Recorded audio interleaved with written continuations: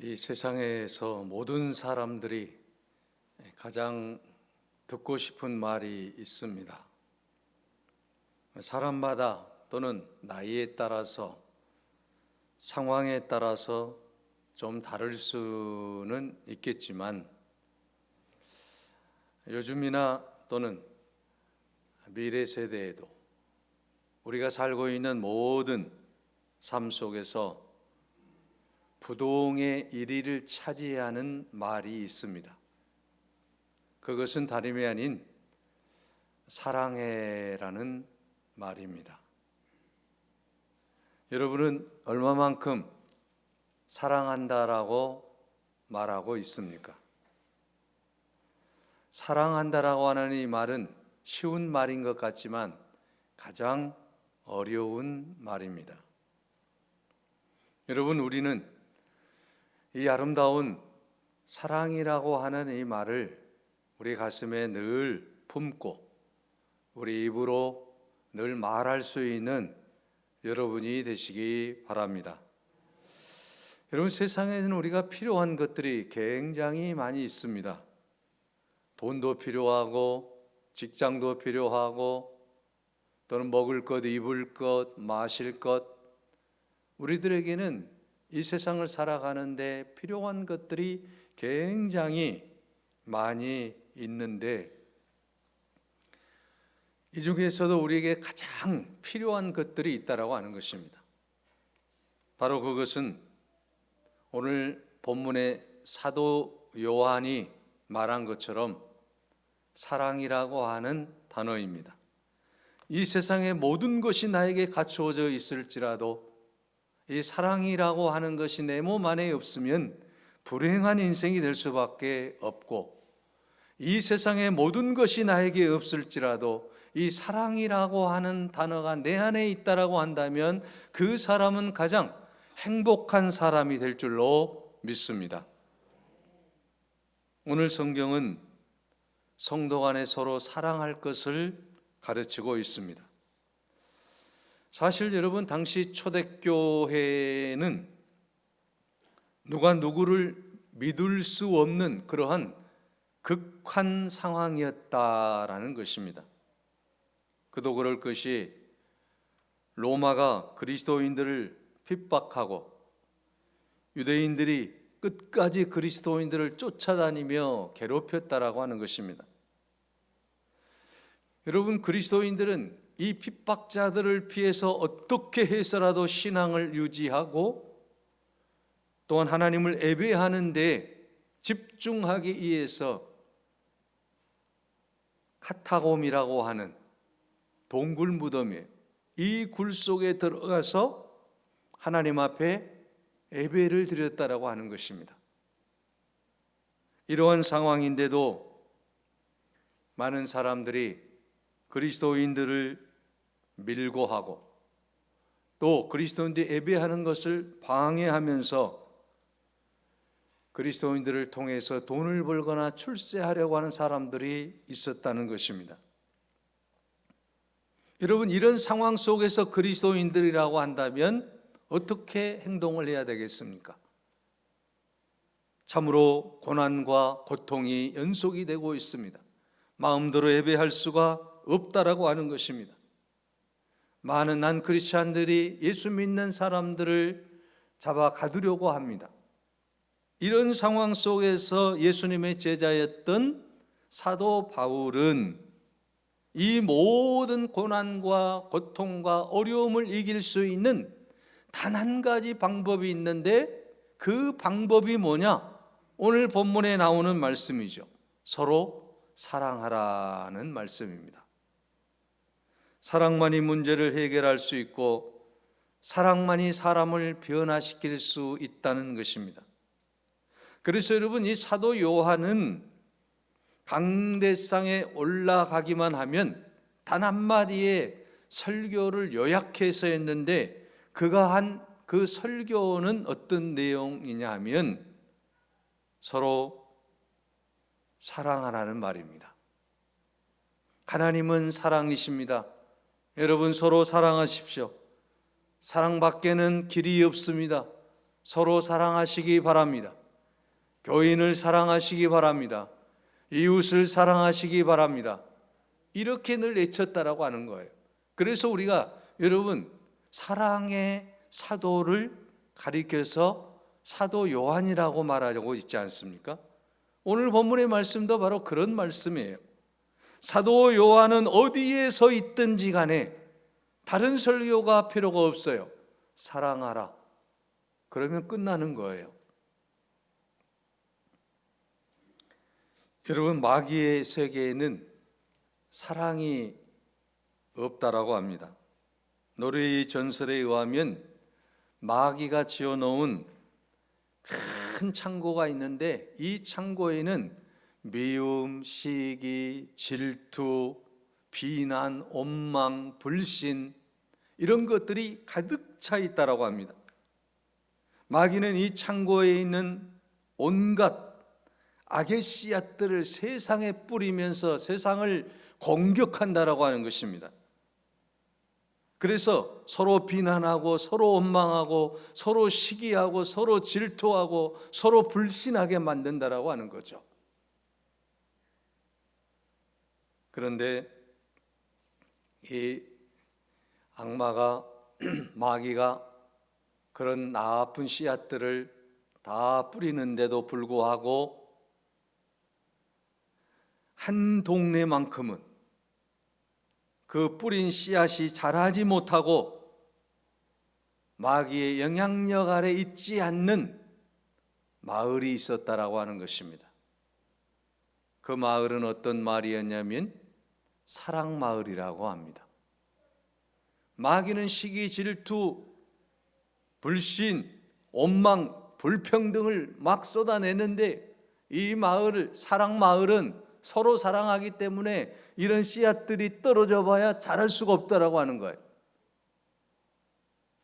사랑하는 여러분, 오늘 우리는 우리의 모든 삶 속에서 내 마음의 밭에 마귀가 뿌리는 그러한 씨앗들이 자랄 수 없도록 하기 위해서 오늘 내 안에 사랑이 있어야 될 줄로 믿습니다. 우리의 가정도 마찬가지입니다. 여러분, 우리의 교회도 마찬가지입니다. 사랑이라고 하는 이 귀한 씨앗이 있으면 절대로 다른 씨앗들은 자랄 수 없다라고 하는 것입니다. 그래서 여러분, 오늘 본문의 말씀이 서로 사랑하라고 말씀하고 있는 것 아니겠습니까? 사랑하는 자는 어떻게 됩니까? 하나님을 알게 되고, 사랑하지 못하는 자는 하나님을 알 수 없다라고 말씀하고 있습니다. 오늘 본문의 말씀 요한일서 4장 7절에서 8절 말씀을 보십시오. 사랑하는 자들아, 우리가 서로 사랑하자. 사랑은 하나님께 속한 것이니 사랑하는 자마다 하나님으로부터 나서 하나님을 알고, 사랑하지 아니하는 자는 하나님을 알지 못하나니 이는 하나님은 사랑이십니다. 하나님의 본질이 사랑이에요. 그래서 여러분, 우리가 사랑하지 못하면 하나님을 알 수가 없는 거예요.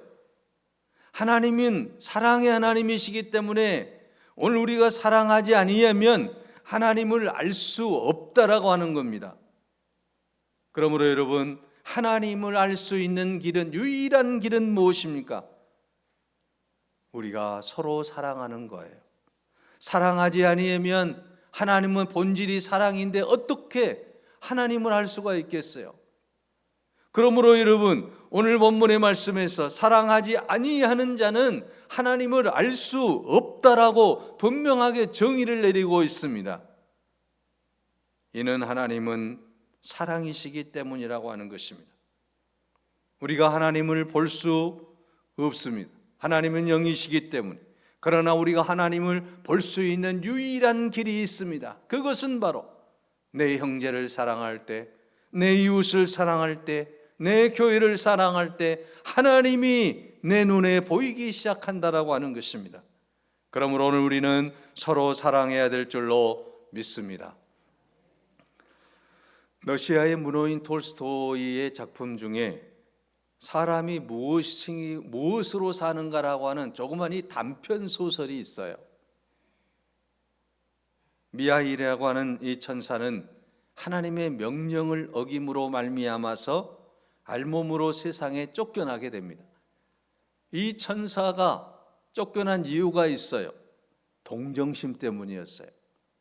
쌍둥이를 낳은 어머니가 이제 하나님의 명령으로 하늘나라로 데려오라는 거예요.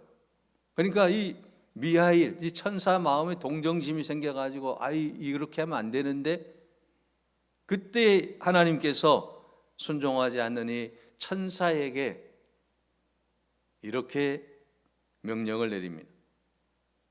너는 세상에 내려가서 3가지 과제를 풀어와야만이 내가 너를 다시 하늘나라로 데려오겠다. 첫째는 사람 안에 무엇이 있는지를 알아내는 것이고, 2번째는 사람에게 허락되지 않는 것이 있는데 그것을 알아보는 것이고, 3번째는 사람이 무엇으로 사는가를 알아내라.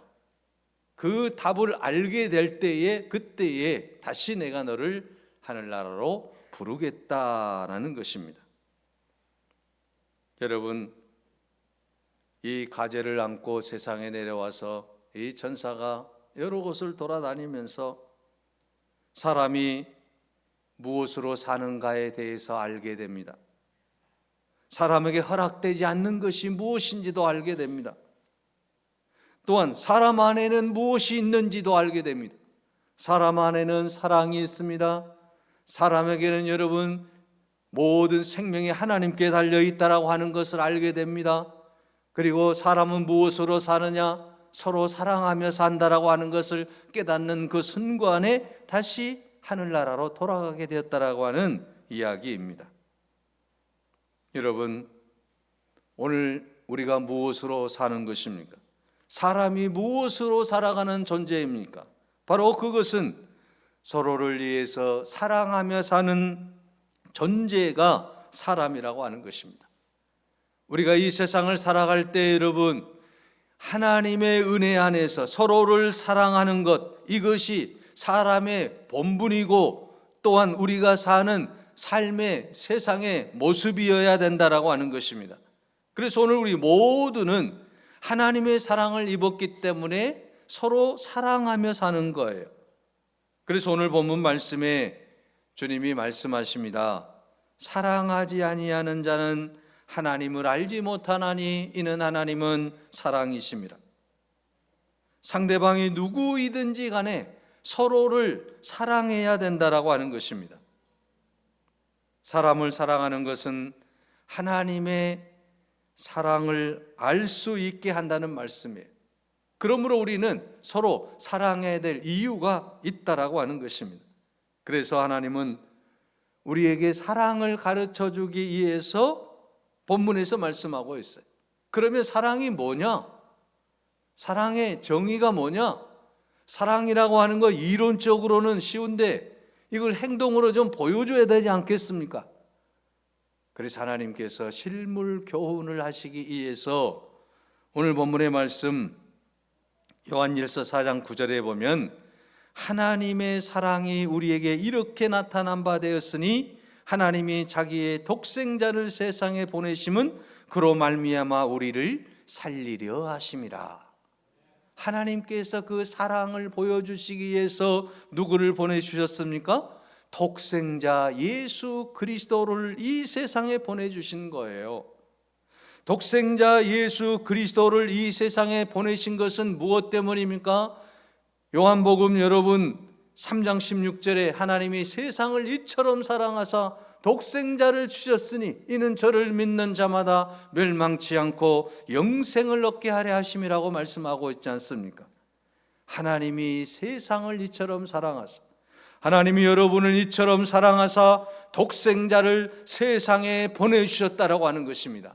내가 너희를 사랑하는 것을 분명하게 보여주겠다라고 말씀하신 사건이 무엇입니까? 바로 그것이 십자가의 사건 아니겠습니까?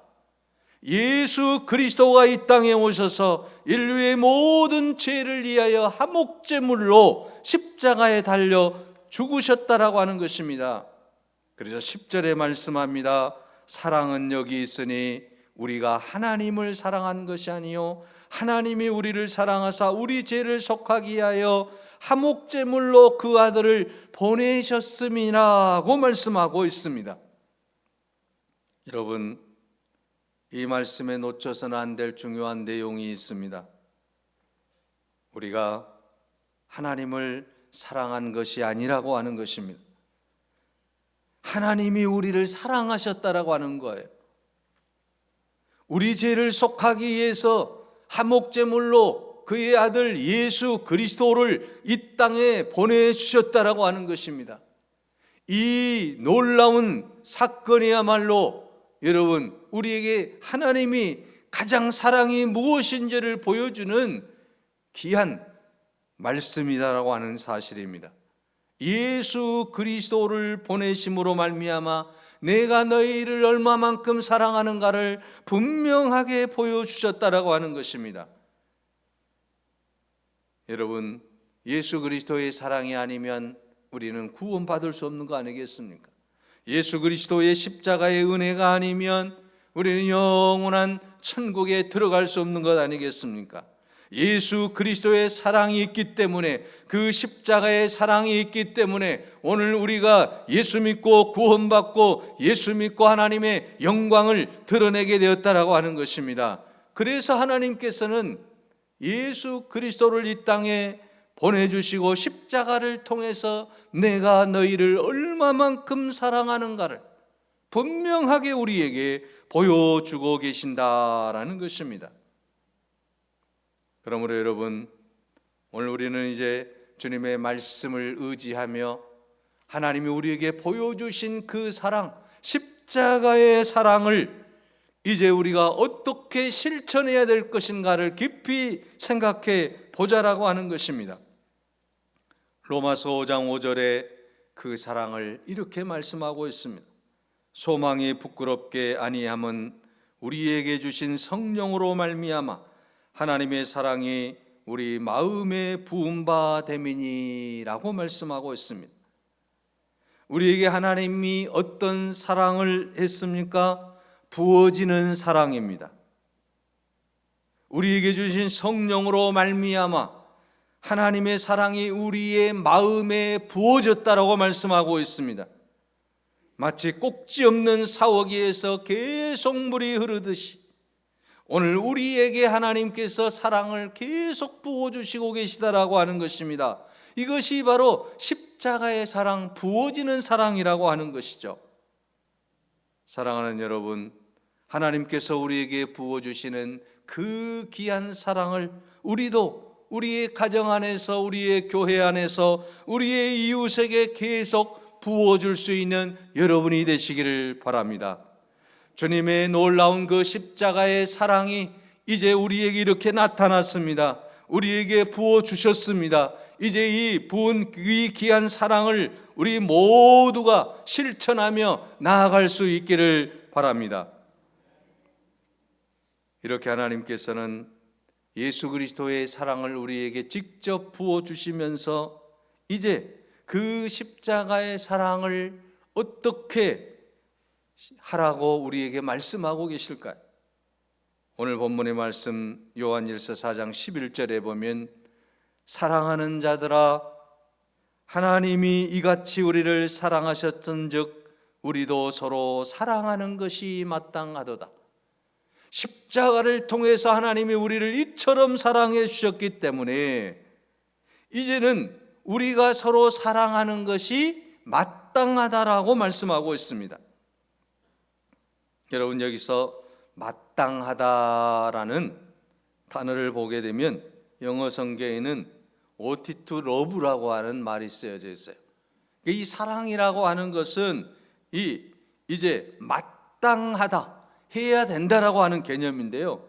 이 out라고 하는 이 단어가 이 must라고 하는 조동사보다도 더 강한 뜻을 내포하고 있다라고 하는 거예요. 다시 말하면 마땅하다라고 하는 이 말씀은 반드시 사랑해야 되고 사랑하지 않으면 안 된다라고 하는 뜻이 담겨져 있다라고 하는 것이죠.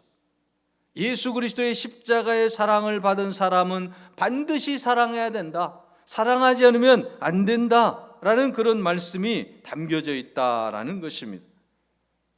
그래서 우리는 하나님의 사랑을 경험한 그리스도인들은 이제 사랑을 마땅히 나누어야 될 사명이 우리에게 있다라는 것입니다. 그런데 여러분, 우리의 모습은 어떻습니까? 내 가정만, 우리 가족만, 우리 교회만을 내치고 있지 않습니까? 하나님으로부터 받은 사랑을 이제는 다른 사람들에게도 한 방울 한 방울씩 흘려내 보낼 수 있는 그런 아름다운 인생이 되시기를 바랍니다. 하나님으로부터 받기만 했던 이제 그 사랑, 예수 그리스도의 그 십자가의 사랑을 이웃을 위해서 우리는 흘려 보내야 된다라고 하는 것입니다. 만약 우리가 사랑할 수 없다면 그는 거듭나지 않는 사람이거나 하나님의 사랑을 의도적으로 불복종하고 있는 사람인 것입니다. 왜냐하면 주님은 우리에게 사랑할 수 있는 능력을 주셨기 때문입니다. 그렇기 때문에 우리는 이제 사랑하지 못할 어떠한 환경도 없다라고 하는 것입니다. 주님의 십자가의 사랑을 체험한 사람은 그 귀한 사랑을 흘러 보낼 수밖에 없다라고 하는 것입니다. 왜냐하면 하나님의 사랑을 내가 입었기 때문에, 십자가의 사랑을 입었기 때문에 우리는 이제 이 사랑을 전달해야 될 책임이 우리에게 있는 것입니다. 서울여자대학교 인문학부 교수님으로 교목으로 계시는 장경철 교수님이 자기 스스로를 지식의 유통업자라고 부르고 있어요. 자, 여러분, 이분이 자신을 지식의 유통업자다, 또 목사니까 설교를 하는데 자신은 말씀의 유통업자다, 이렇게 자기 자신을 이야기하고 있다라고 하는 것입니다. 여러분, 그분의 주장대로 오늘 우리 크리스찬들은 우리 모두가 유통하는 삶을 살아야 된다라는 말씀입니다. 여러분, 유통업자라고 하는 말이 무슨 말입니까? 유통업자는 물건을 만드는 사람이 아닙니다. 유통업자는 생산하는 사람이 아니에요. 유통업자는 생산자에게 물건이나 상품을 받아다가 소비자에게 주는 역할을 하는 사람을 유통업자라고 하지 않습니까? 이러한 유통하는 일을 우리 크리스찬들이 해야 된다라고 하는 것이죠. 하나님의 그 사랑을 내가 받았으니까, 하나님이 사랑이시기 때문에, 예수 그리스도의 그 십자가의 사랑을 내가 받았기 때문에 이제는 이 사랑을 다른 사람에게 유통할 수 있어야 된다라고 하는 것이죠. 이 유통할 수 있는 사람이 자기 사명을 감당하는 사람이라고 하는 것입니다. 하나님의 사랑을 받은 우리들은 이제 내게 있는 것으로 모든 사람에게 나누어질 수 있는 그런 유통업자와 같은 삶이 되어져야 된다라고 하는 것입니다. 그래서 여러분, 오늘 우리는 이제 예수 그리스도의 사랑을 받은 사랑의 유통업자들이 다 될 수 있기를 바랍니다. 그래서 이 땅에서 가장 아름다운 신앙인으로 하나님 앞에 영광을 돌려야 될 줄로 믿습니다. 여러분, 이처럼 아름다운 삶을 살아가는 개인이 되어야 되고, 또한 우리 교회가 되어야 될 줄로 믿습니다. 우리 신창교회도 사랑의 유통업을 하는 그러한 신창교회가 될 줄로 믿습니다. 여러분, 교회의 건강성이라고 하는 것이 어디에 있습니까? 교회가 아름다운 교회라고 하는 것, 그 표준이 무엇입니까? 바로 그것은 사랑이 많은 교회가 가장 아름다운 교회일 줄로 믿습니다. 가장 건강한 교회일 줄로 믿습니다. 세드릭 교회 리고렉 목사님께서 이런 말을 했습니다. 군대의 능력은 식당에 앉아서 밥을 먹는 사람이 몇 명인가에 달려있지 않고, 총을 들고 전쟁터에 나가는 사람이 얼마가 되는가에 달려있다라고 말하고 있습니다. 그렇다면 교회의 아름다움도, 교회의 건강성도 몇 명이 앉아서 예배를 드리느냐에 달려있는 것이 아니라 얼마나 많은 사람이 사랑의 유통업자가 되어서 세상을 향해 나아가는 사람이 몇 명이 있느냐가 중요하다라는 말씀인 것입니다. 그동안 우리 한국 교회는 잘못된 생각을 많이 가지고 있었습니다. 성도들이 만나면 당신의 교회에는 성도들이 몇 명이나 모입니까? 이렇게 질문하면 많은 수가 모입니다라고 자랑을 하는 것입니다. 또 그 다음 두 번째 질문이 무엇입니까? 당신의 교회는 1년에 예산이 얼마입니까? 그러면 또 자랑스럽게 10억이니 20억이니 자랑을 한다는 거예요. 이것은 대단히 잘못된 것이라고 하는 것입니다. 오히려 여러분 이렇게 물어야 된다라고 하는 것이죠. 당신의 교회는 성도들 간의 사랑의 지수가 얼마 정도 되십니까? 당신의 교회는 1년 중에 선교와 구제와 봉사하는 일에 물질을 얼마 정도 사용하고 있습니까? 이런 질문을 할 수 있어야 되는데 왜 영적인 것만 질문을 하는 크리스찬이 늘어나고 있다라고 하는 것입니다.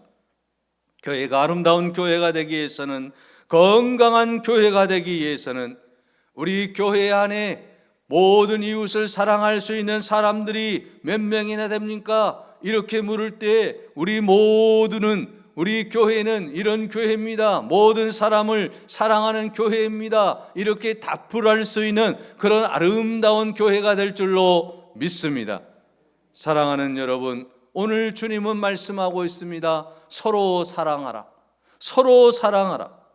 하나님이 사랑이시기 때문에 하나님을 믿는 그리스도인들도 이제 사랑하는 것이 마땅하다라고 말씀하고 있습니다. 오늘 사랑하는 여러분, 우리 모든 신창의 성도들이 예수 그리스도 안에서 하나님이 우리를 사랑하셨듯이 오늘 우리 모두도 서로 사랑하며 하나님의 영광을 드러내고 이 땅 위에서 모든 교회들보다도 가장 아름다운 사랑의 교회로 하나님 앞에 영광 돌리는 우리 모두가 되시기를 간절히 바랍니다. 기도하겠습니다. 사랑